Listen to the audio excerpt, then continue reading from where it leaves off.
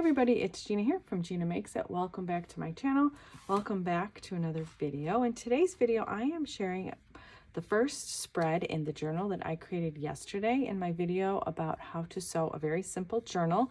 I'll add that up here in the upper right hand corner in case you missed it. But I said yesterday that I was going to film my journal with me process, but I ended up not filming it. But I thought that I would sit down and kind of go through all of the pieces, because it's always interesting to hear other people's thought processes and to see how they did something. Sometimes seeing it in real time is a little bit too overwhelming, but going around and talking about specific pieces I find might be a little bit more helpful.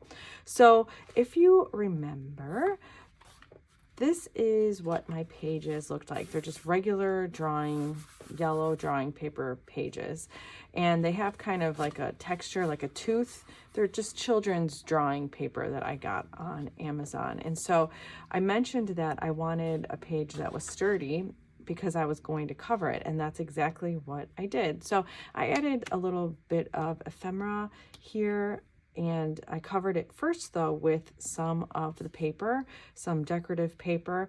I sort of combined two pieces of paper underneath as the base on this page, and then on this page I used a piece of vintage magazine. So I have these trays that stack on top of each other, and this one is a 10 by 10 tray, but I also have an 8 by 8 one, and these are actually puzzle organization trays, but I like to use these when I'm working with a specific kit, because all of the pieces get all over, and then once I'm done and I trade out what is in the particular tray. So they just stack up one on top of the other, but it's nice because you're able to really see kind of what you have. And I like to kind of organize it, although this doesn't seem very organized like that, but I was working in it, so by like scraps from a specific kit versus like whole pieces from a kit that I can use. And so it just makes it a lot easier when you're trying to create pages, I find,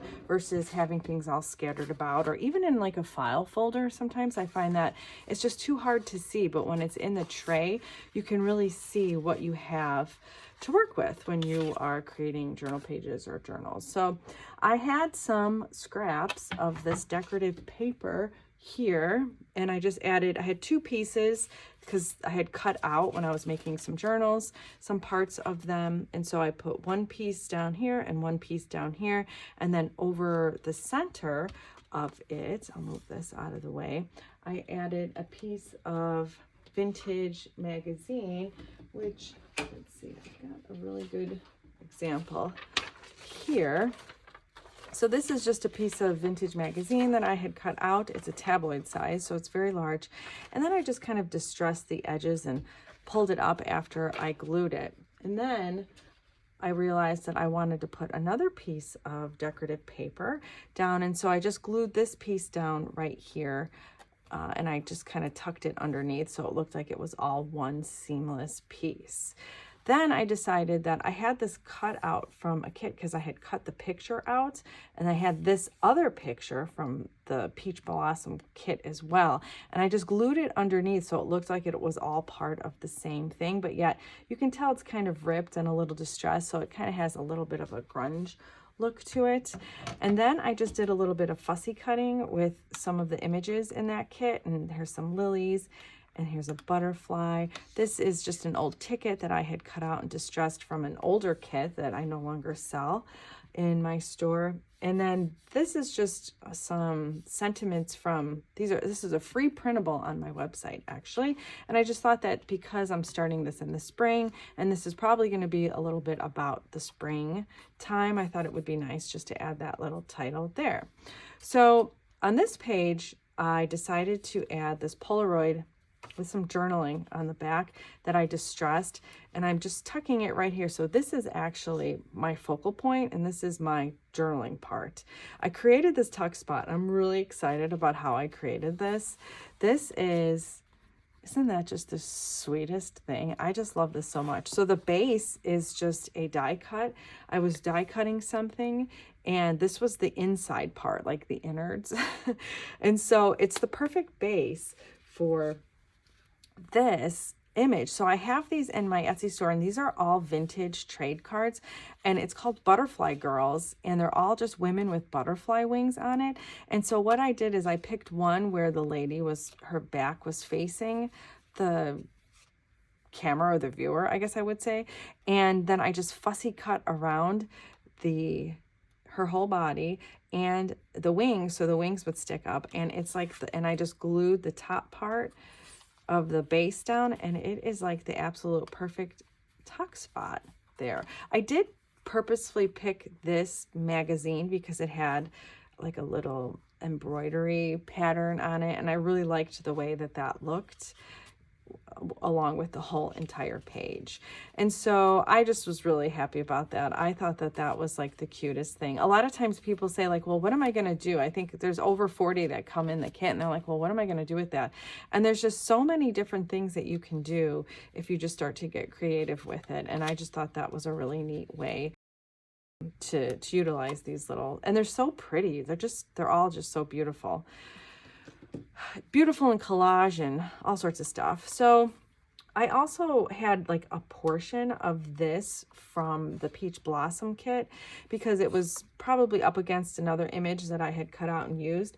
So I just cut off the side and I glued it down. And then to keep sort of this butterfly theme going, I just fussy cut some of these butterflies out and I glued them to the page. So I'm really pleased with the way that this layout turned out. This is exactly what I had in mind when I created this journal.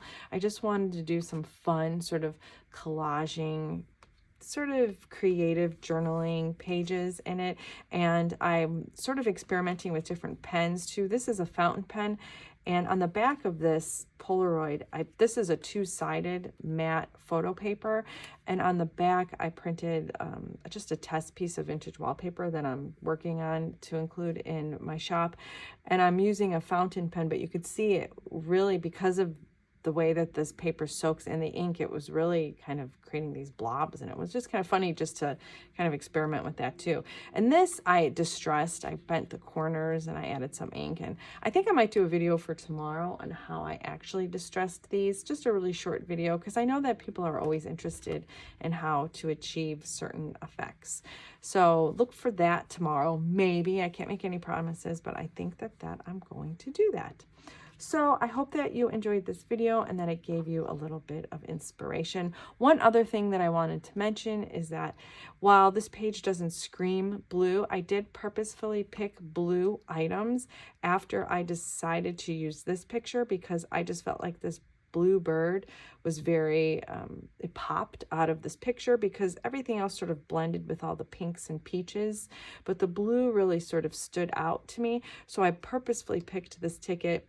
I purposefully picked this lady, and then I purposefully added that blue butterfly just so your eye moves around the page a little bit more seamlessly. As always, thank you so much for watching, and I'll see you next time. Bye.